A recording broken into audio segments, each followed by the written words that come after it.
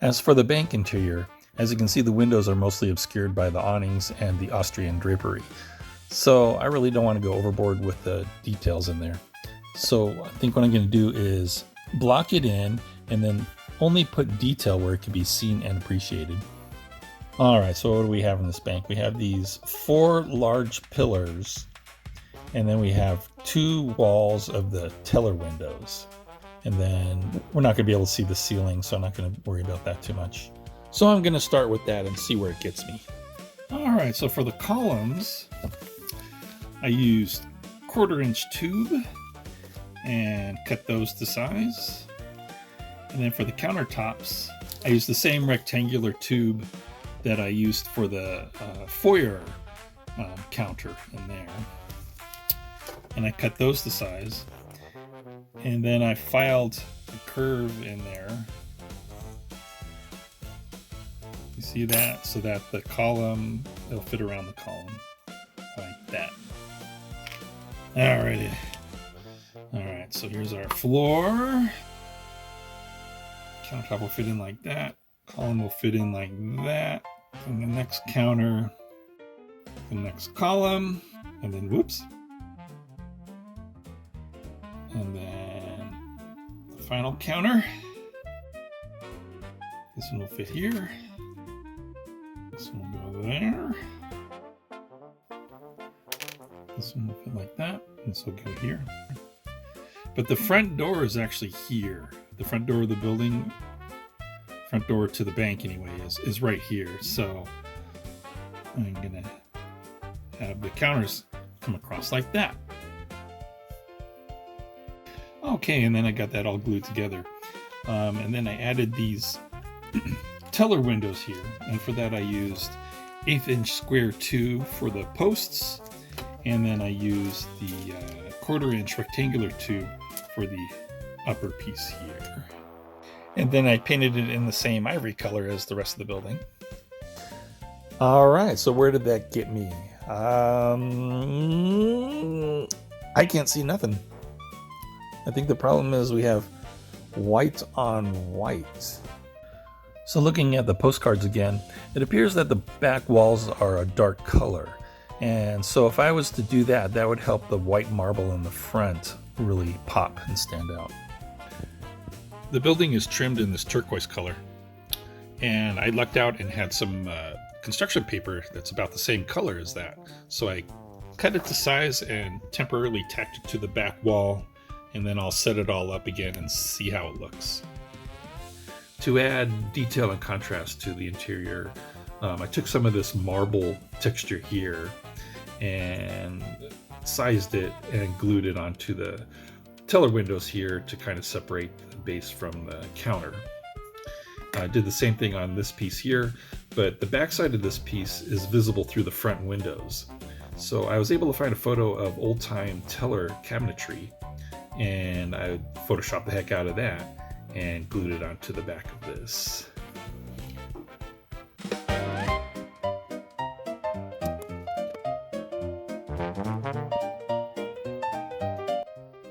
Okay, so we're starting to get some contrast in there. You can see the cabinetry right there. And we're starting to get some variation in there. I think we just need something to go in the middle here, in that area right there. Banks used to have these writing tables for the customers so they could fill out their deposit slips before they reached the teller. The San Diego Savings Bank seems to have had at least one of these, so I think I'm going to attempt to model this.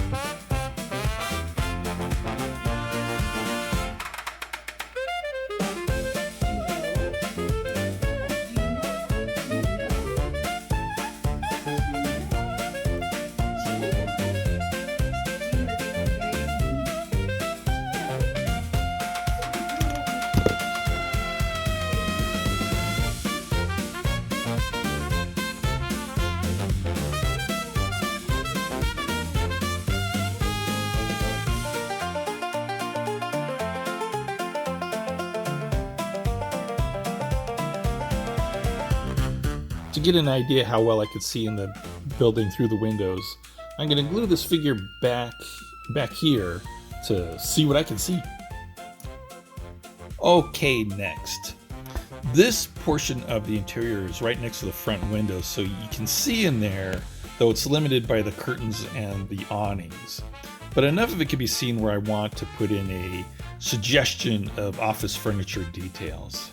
On the other side of the teller counters, we have the business side of things, but this postcard really isn't showing us that too well. But I was able to find other photos online that do give us an idea. All right, what do we got? We got a desk, we got cabinets, we got shelves, we got ledgers, we got blotters, we got secretaries, we got about 4 office workers in the front portion here, 3 or 4 in the back portion there. This desk in the front's really interesting in that it's one big desk, but it seems to have 2 sides. Okay, I severely overestimated the size of this space. I bought this desk from Scale Structures Limited, and it goes all the way across. There's no getting around that desk. Maybe like this? Yeah, I don't know. I think I'm going to have to take some artistic license and see if I can make a slightly smaller desk. Someone online did us a favor by selling this desk, and when they did this really nice shot of the front view, of the back view, the side view, and a pretty good shot of the top view. And then I took those views and photoshopped the heck out of them, and then scaled it so that it could fit a 3-inch square styrene tube.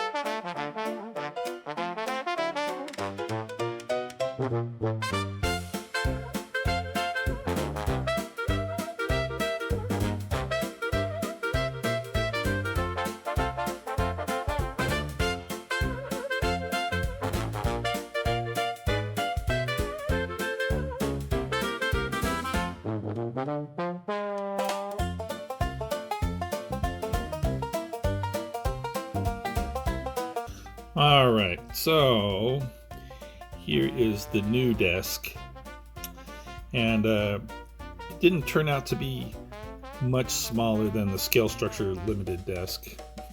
So unfortunately didn't make much of a difference. Made a little bit of a difference. So what I did was I made a smaller version. I took out one side of the drawers, and so now it's just a smaller size desk. And this is much more reasonable. That's much better. There's room to get around now. And so I made 3 of those. And then using the same technique, I made these file cabinets. And those are gonna go over here.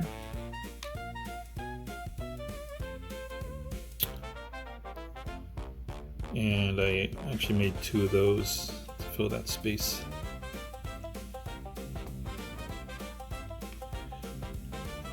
There we go. And then these desks will be spread out a little more evenly.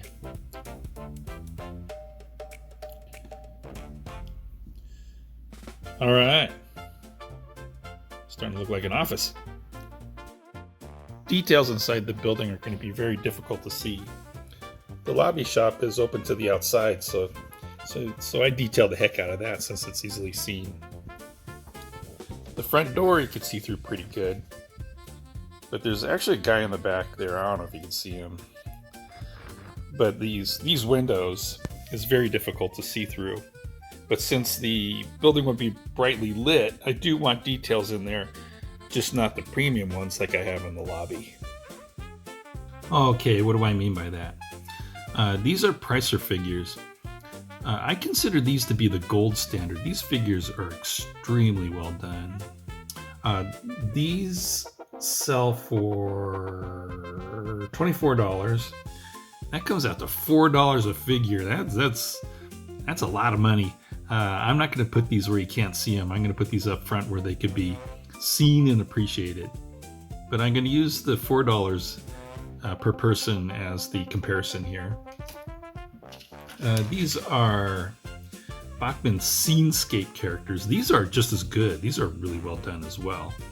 Bachmann is selling these for $18. I was able to pick it up for $5 at a train show.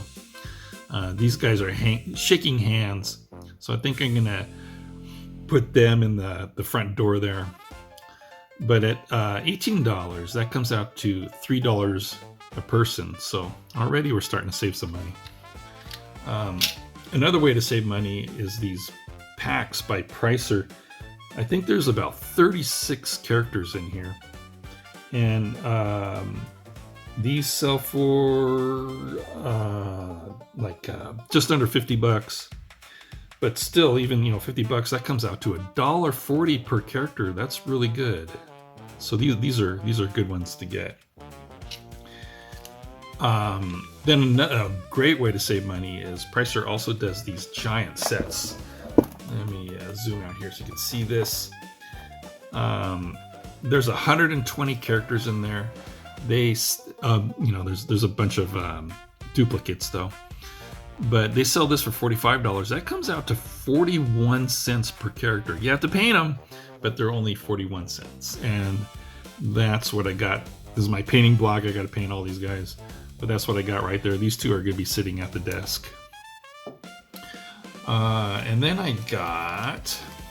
Now, I don't know what this is. I got a train show for $3. It's hunters and people hiking. But there's also a businessman with a briefcase and a woman with her purse. She also has a cane, and that's what these two are. I'll be removing the cane, but that's unknown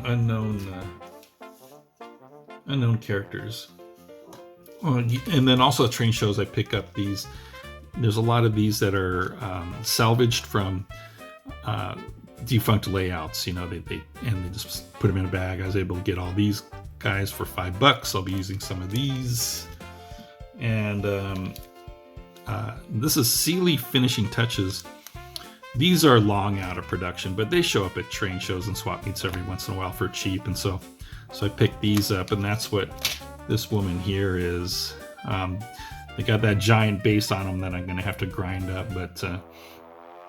off, but still pretty good, pretty good. So these will fill in. These are a cheap way to fill in the back areas that are hard to see, just to get somebody back there. So I got some painting to do. All right, I got everybody all painted up. I wasn't able to access my regular paint, so I had to use my inexpensive craft paint. But since these are inexpensive background characters, I think it worked out great. They look just fine. So let's get them on the model.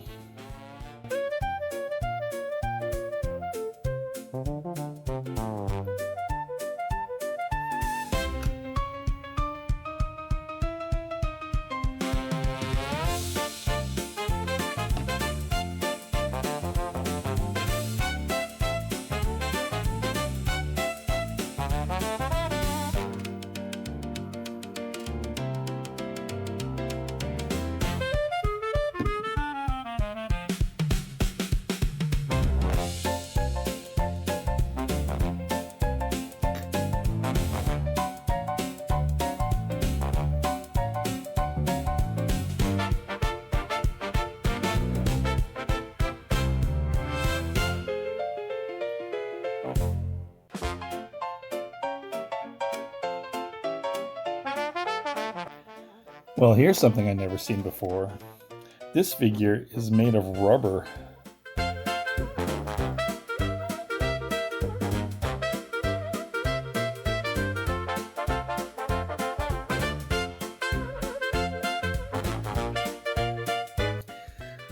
I like the 3D quality of the blotter on this Scale Structures Limited desk. And so I'm going to try to do the same thing by printing some out on this thick paper here. Printed out 4 blotters with some paperwork on them. So let's see how this works out.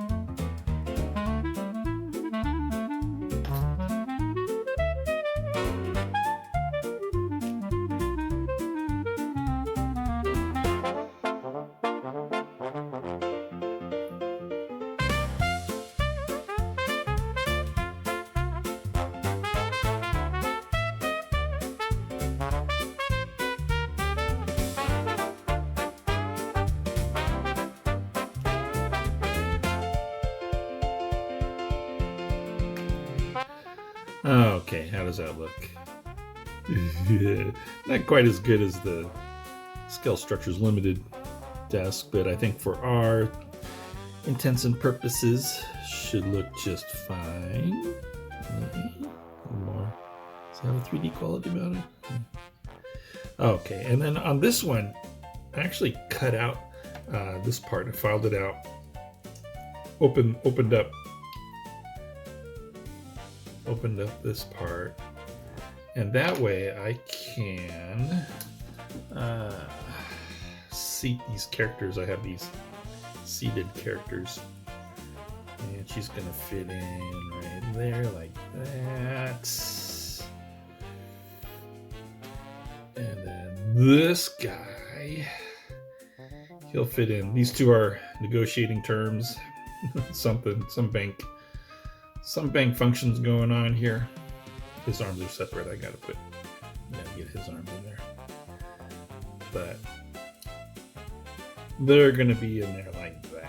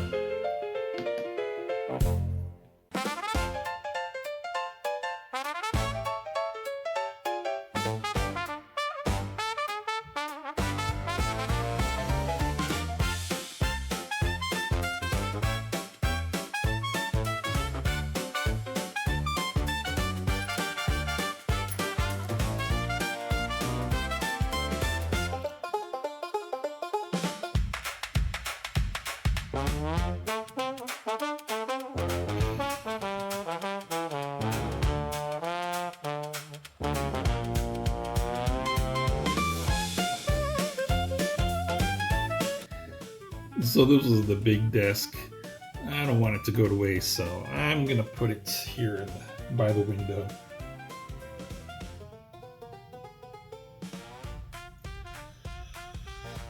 And put it here. Yeah.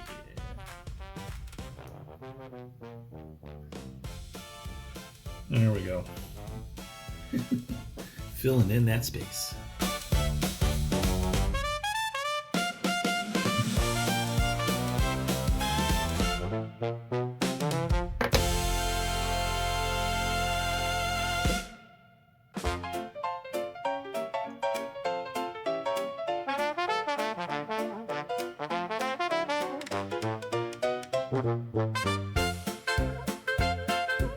I like this guy. He's the man with the plans. Look at that.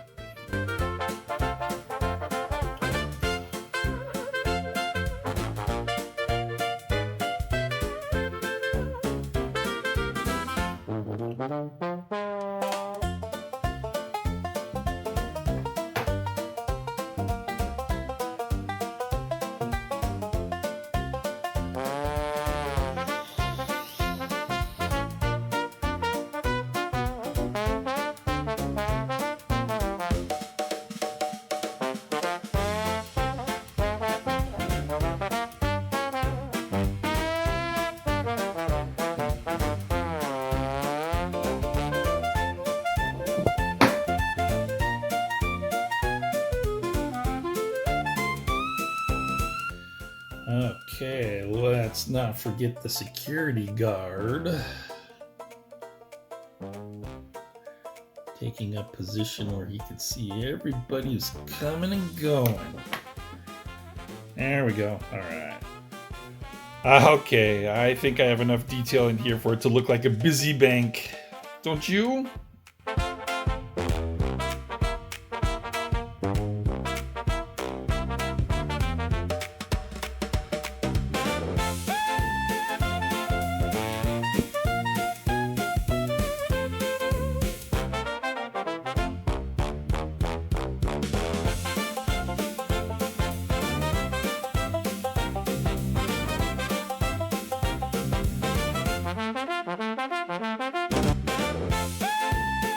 Well, we spent the last 9 parts in the dark, but now it's finally time. Click part 10 and we'll light this baby up. Seeing all those windows, the bank, and the lobby shop glow for the first time is going to be something else. So be sure to stay tuned. All right, it's been dandy.